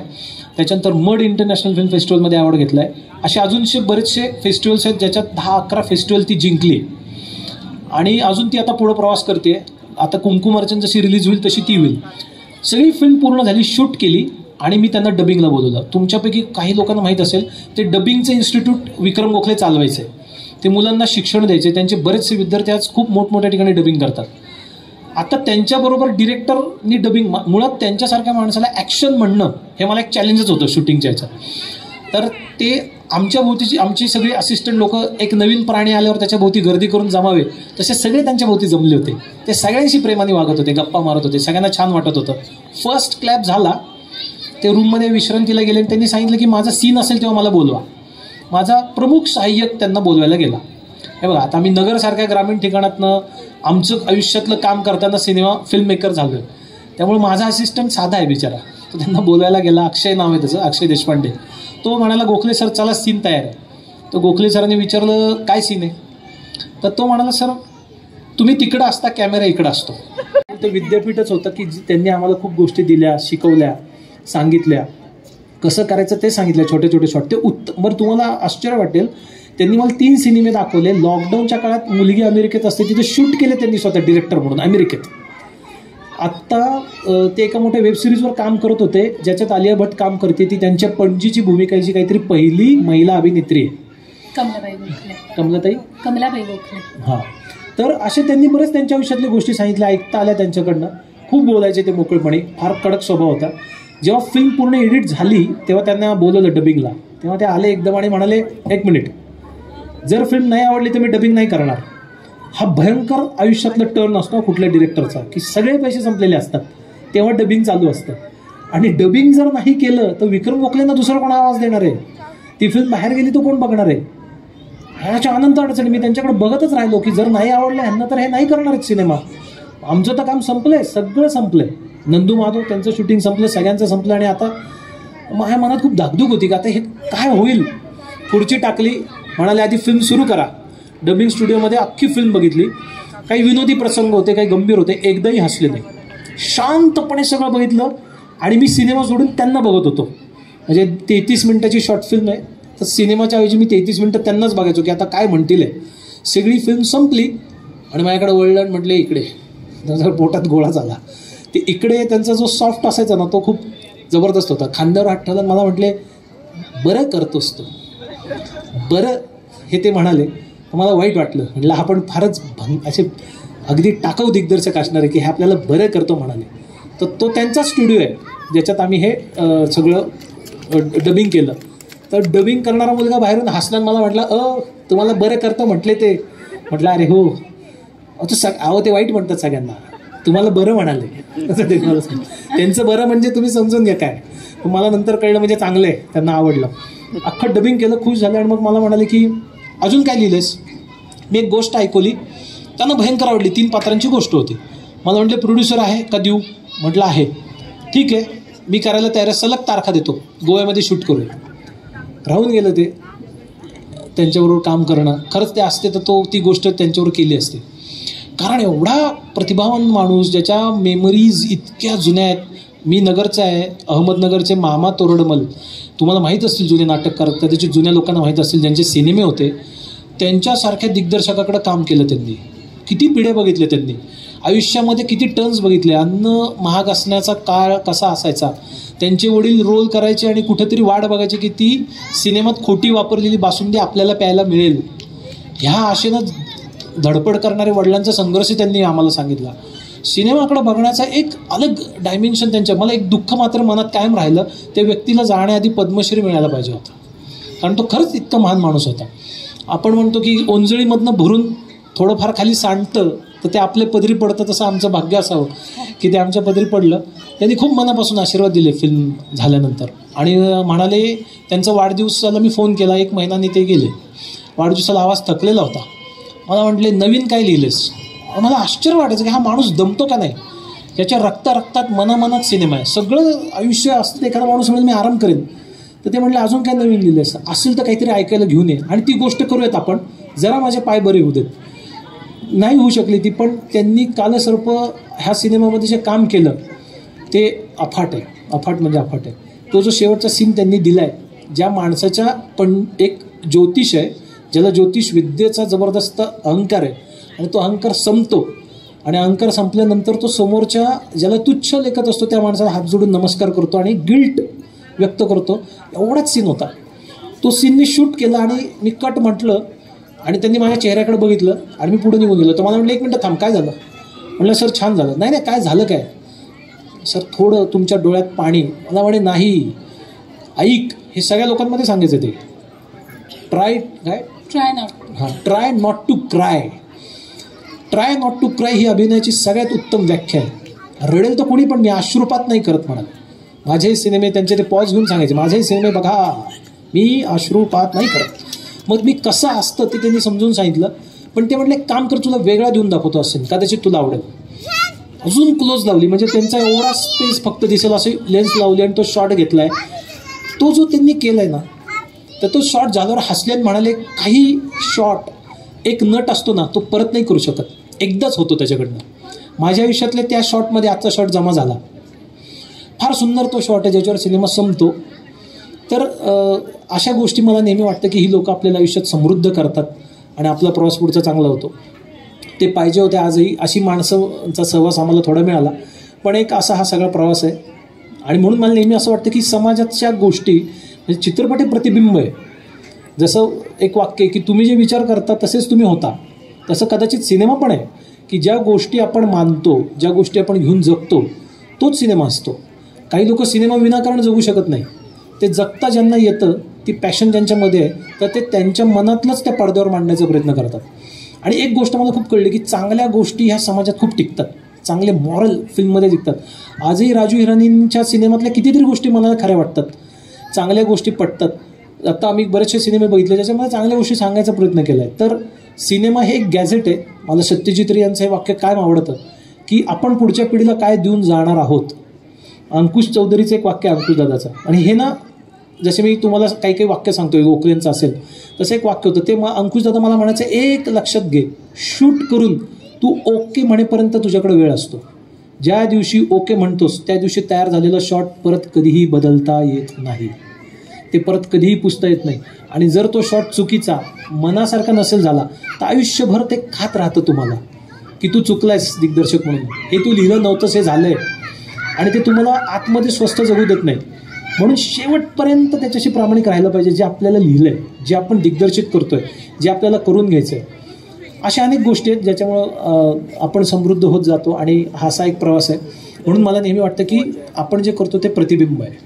एक शेवटचा पण महत्त्वाचा प्रश्न आहे. तू जेवढा सिनेमा पॅशनेटली करतोस तेवढीच तुझी वकिलीची प्रॅक्टिस उत्तम आपली सुरू आहे.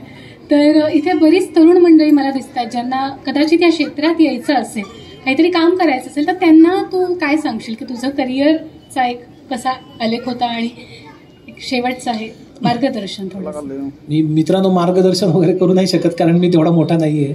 पण मी आणि मला मोठं व्हायचं पण नाही आहे तेवढं. लहान राहण्यामध्ये जी मजा आहे ती दुसरी कशात नाही आहे. पण मला एक मनापासून सांगायचं आहे की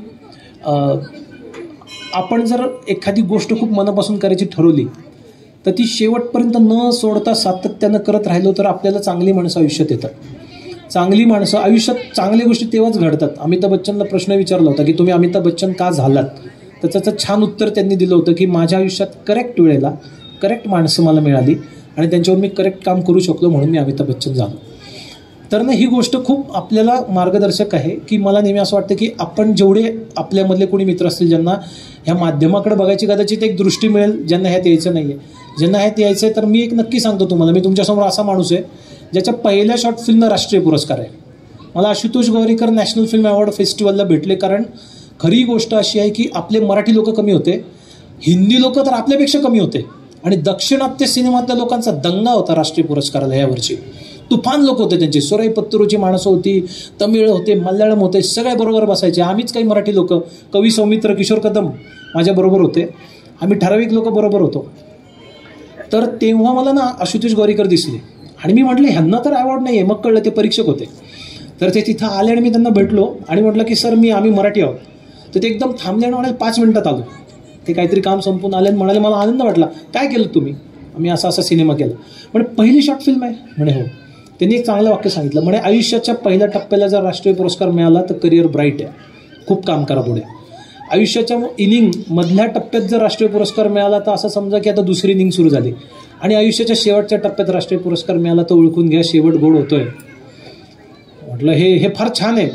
आणि माझ्याबरोबर किशोर कदम बसले होते, त्यांनी हे सांगितलं जेव्हा आम्हाला मुनगंटीवारांकडनं सत्कार झाला पूर्ण राष्ट्रीय नॅशनल अवॉर्ड विनर्स लोकांचा, तेव्हा तिथं ते म्हणाले की मित्रांनो, माझा एक मित्र म्हणे अभिजित दळवी इथं बसला आहे, त्याच्या पहिल्या फिल्मला नॅशनल अवॉर्ड, मी त्याला काय सांगितलं आहे तेच मी तुम्हाला सांगतो.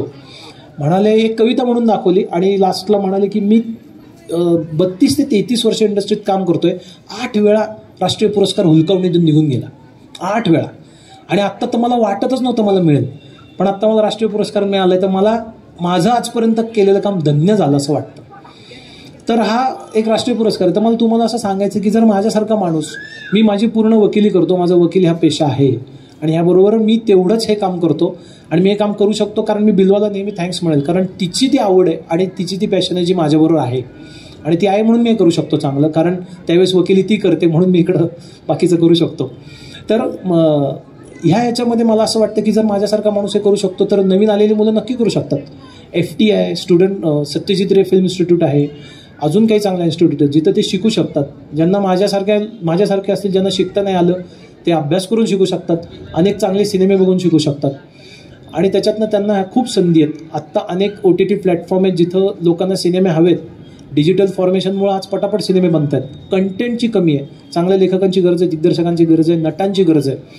तर खूप स्कोप आहे आणि ह्याच्यामध्ये ना खूप सिरियसली ह्या प्रलोभनांना न अडकता ह्यात रस्ते हरवण्याचे चान्सेस पण खूप आहेत. इथं व्यसनं आहेत, इथं एक उन्माद आहे, इथं आनंद आहे. तर ह्या गोष्टींना जर तुम्ही नीट बायफ्रगेट करू शकलात आणि चांगल्या गोष्टींकडे लक्ष देऊन काम करू शकलात तर ह्यासारखा आनंद नाही आहे आणि नक्की इथं खूप ब्राईट करिअर आहे.